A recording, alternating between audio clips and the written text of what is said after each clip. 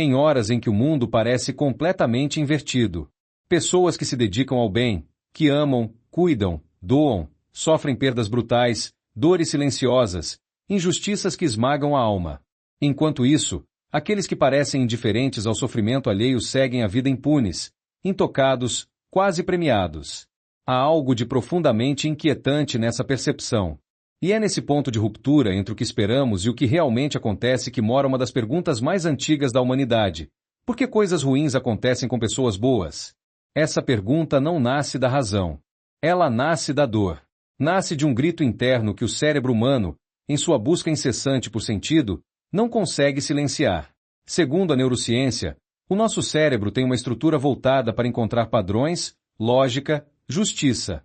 Esse impulso vem do córtex pré-frontal, responsável por organizar o mundo de forma racional e simbólica. Quando algo foge à lógica, como o sofrimento de alguém que não merece, o sistema entra em conflito.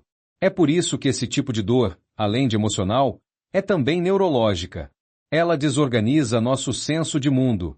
Ao longo dos séculos, a filosofia tentou responder a essa inquietação com profundidade e coragem. Sócrates dizia que o sofrimento pode ser uma oportunidade de purificação da alma. Ele acreditava que a virtude não está em escapar da dor, mas em como reagimos a ela. Para o mestre grego, uma pessoa boa permanece boa mesmo em meio à tragédia, e isso é, por si só, um sinal de grandeza. Platão, seu discípulo, levou essa ideia adiante. Em sua alegoria da caverna, mostrou que o mundo sensível, o das aparências, onde os bons sofrem e os maus prosperam, é apenas uma sombra da realidade verdadeira. Para ele, a alma humana só encontra seu sentido mais profundo quando rompe com o imediato e se conecta com o eterno. O sofrimento, nesse contexto, é um processo de amadurecimento da alma. Não é punição. É passagem. Séculos depois, o estoicismo trouxe uma leitura ainda mais radical. Sêneca, por exemplo, escreveu: "Nenhum homem foi considerado digno de grandes feitos se não passou por grandes dores." Para os estoicos, o sofrimento não diminui o valor de uma pessoa. Pelo contrário, revela sua essência. Epicteto, escravo por nascimento, ensinava que não controlamos o que nos acontece, mas sim como reagimos ao que nos acontece. Essa filosofia tira o foco da injustiça externa e o desloca para a liberdade interna, a única que realmente importa. Mas talvez seja em Dostoiévski que encontramos uma das leituras mais dolorosas e lúcidas sobre o sofrimento dos justos. Em Os Irmãos Karamazov, ele apresenta o personagem Ivan, que se rebela contra Deus por causa do sofrimento das crianças inocentes. Ivan não nega a existência divina, mas a rejeita, porque não aceita um mundo onde a pureza sofre. Essa é a dor filosófica levada ao limite. Não se trata apenas de encontrar uma explicação, mas de lutar contra a própria lógica de um universo onde o mal tem lugar. Na psicanálise, Freud nos lembra que o sofrimento é inevitável. Ele falava da infelicidade neurótica, que muitas vezes substitui a infelicidade comum. Ou seja, trocamos sofrimentos naturais da vida por sofrimentos inventados pela mente. E, mesmo assim, não escapamos da dor. Freud via a civilização como um campo de tensão entre os desejos humanos e as restrições impostas pela cultura. E é nesse embate que o sofrimento nasce, inclusive para os bons. Carl Jung, por sua vez, trouxe uma luz mais simbólica ao problema. Ele enxergava o sofrimento como um chamado da alma para a individuação, o processo de tornar-se quem se é. Para Jung, o mal que recair sobre os bons pode ser um catalisador do encontro com o inconsciente. Ele dizia: aquilo que não enfrentamos em nós mesmos, encontraremos como destino.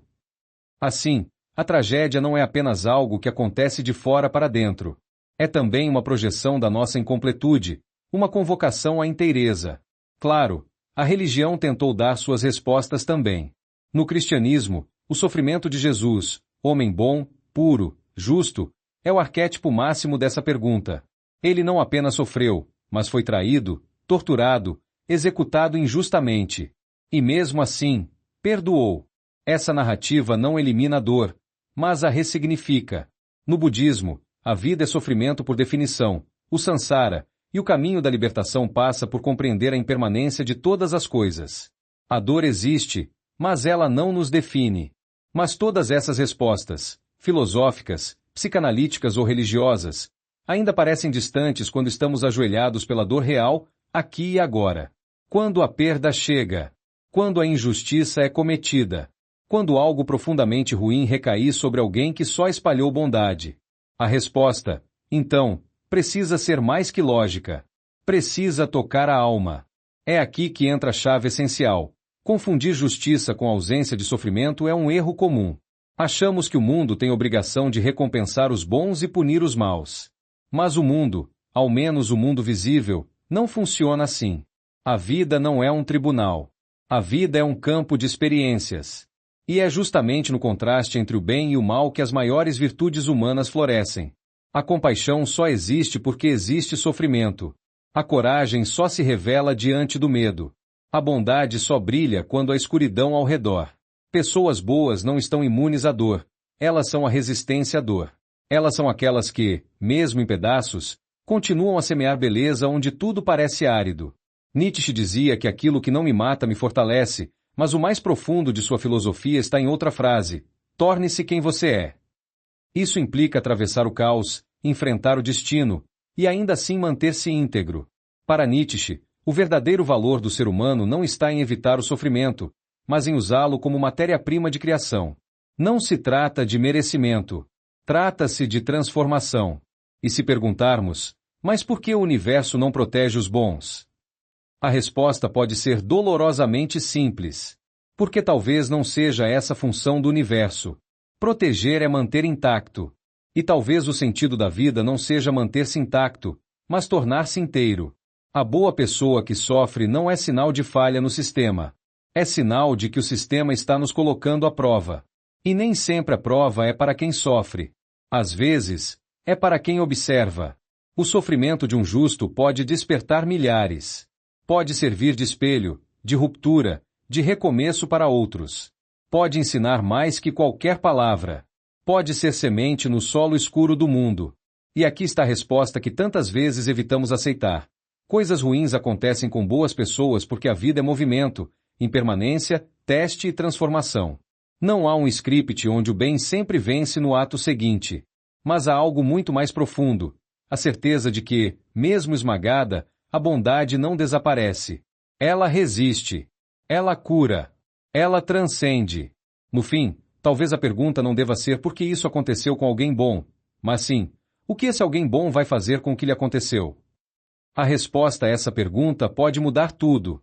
Se esse conteúdo fez sentido para você, inscreva-se agora no canal Alquimia Filosófica. Aqui, cada palavra é uma tentativa sincera de compreender a alma humana e transformar conhecimento em cura. Nos encontramos no próximo mergulho.